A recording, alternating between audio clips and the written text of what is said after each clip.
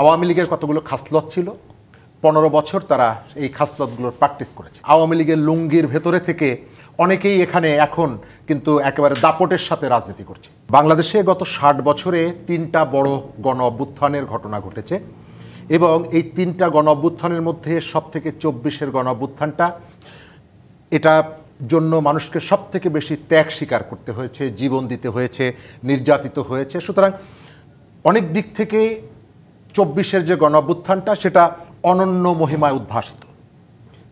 আমরা আওয়ামী লীগ নিয়ে আলোচনাটা করছি কেন?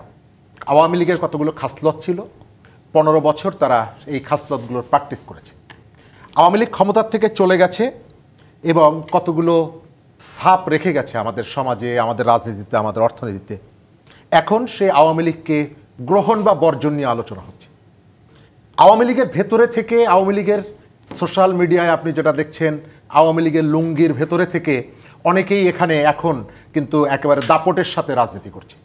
আওয়ামী লীগের বিভিন্ন পদ পদবি নিয়ে তাদের কাছেও শুনতে হয় যে কে আওয়ামী লীগের দোসর অথবা কে দোসর না। আওয়ামী লীগের সম্পর্কে সোশ্যাল মিডিয়ায় গত বছর বা তার আগের বছর এই সময় যারা নানা ধরনের নানা মহিমায় এক একজন নেতাকে উদ্ভাসিত করে তুলতেন, তারাও এখন এসে আপনাকে হয়তো বলছেন যে আপনি তার দোসর। সুতরাং এই পার্টটা একদিকে। সেকেন্ড হচ্ছে, আওয়ামী লীগের কোনো ব্যক্তির সমালোচনার থেকে তারা যে সমস্ত প্র্যাকটিসের মধ্যে ছিল, আমি মনে করি সমালোচনার জায়গাটা সেখানে হওয়া উচিত।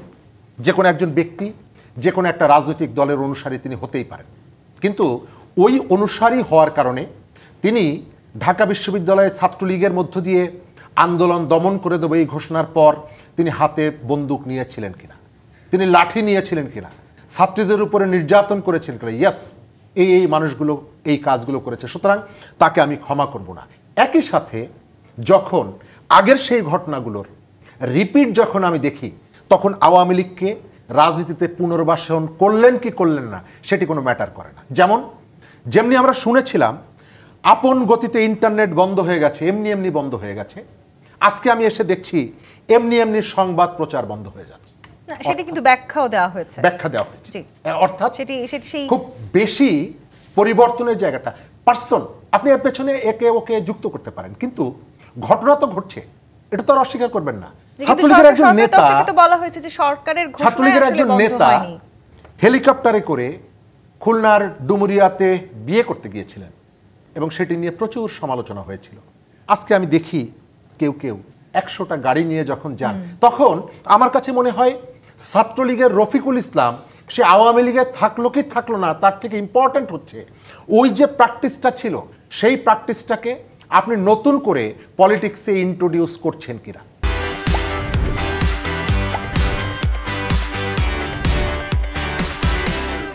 আমাদের মধ্যে আপনি স্ববিরোধিতার জায়গাগুলো দেখবেন।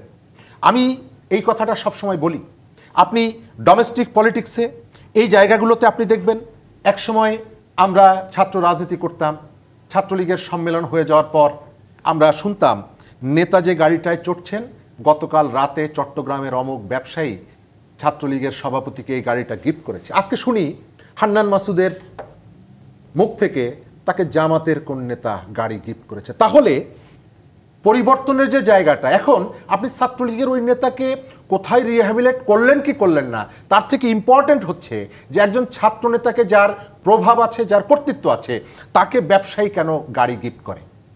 বিনা কারণে, স্বেচ্ছায়, খুশি হয়ে? নিশ্চয়ই না, এর পেছনে কারণ আছে। আমরা ইন্টারন্যাশনাল জায়গাটা যদি আপনি দেখেন, এই যে রিহ্যাবিলিটেট করার কারণে আমি বলছি, গত 15 বছর আওয়ামী লীগকে বাংলাদেশের রাষ্ট্র ক্ষমতায় নানা অন্যায় কাজের ভেতর থেকে টিকিয়ে রেখেছে কে? বাইরের থেকে কারা সাপোর্ট দিয়েছে? ভারত। বাংলাদেশের একেবারে শিশু থেকে বৃদ্ধ পর্যন্ত এক কথায় সবাই বলবে ভারত। তারপরে কে সাপোর্ট করেছে? চীন। রাতের ইলেকশনের পরের দিন প্রথম শেখ হাসিনাকে ফুলের মালা দিয়ে এসেছে চীন।